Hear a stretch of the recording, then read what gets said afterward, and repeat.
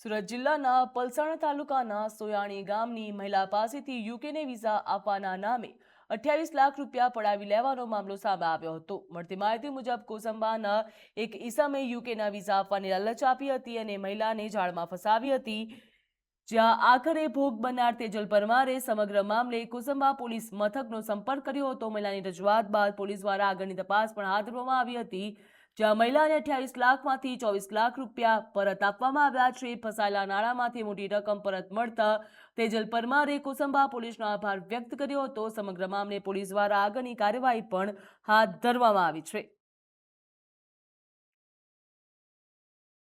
અમે યુકે જવા માટે કોસંબાના સાજિદ મોમલાને કામ સોંપેલું હતું, પરંતુ એમણે અમારું કામ ન કરતા અમે એમને 28 લાખ આપેલા હતા, પરંતુ એમણે અમને પૈસા આપ્યા નહીં અને અલગ અલગ વાયદાઓ કર્યા કરતા હતા। એટલા માટે અમે કોસંબા પોલીસ સ્ટેશનમાં આવ્યા હતા અને કોસંબા પોલીસ સ્ટેશનમાં પીઆઈ સાહેબ ઠોમર સાહેબે અમને મદદ કરી અને કોસંબા પોલીસે પણ અમને ઘણી મદદ કરી અને અમારા 28 લાખ કુલ રકમમાંથી 24 લાખ રૂપિયા અમને પરત મળ્યા છે। તે બદલ અમે કોસંબા પોલીસનો ખૂબ ખૂબ આભાર માનીએ છીએ।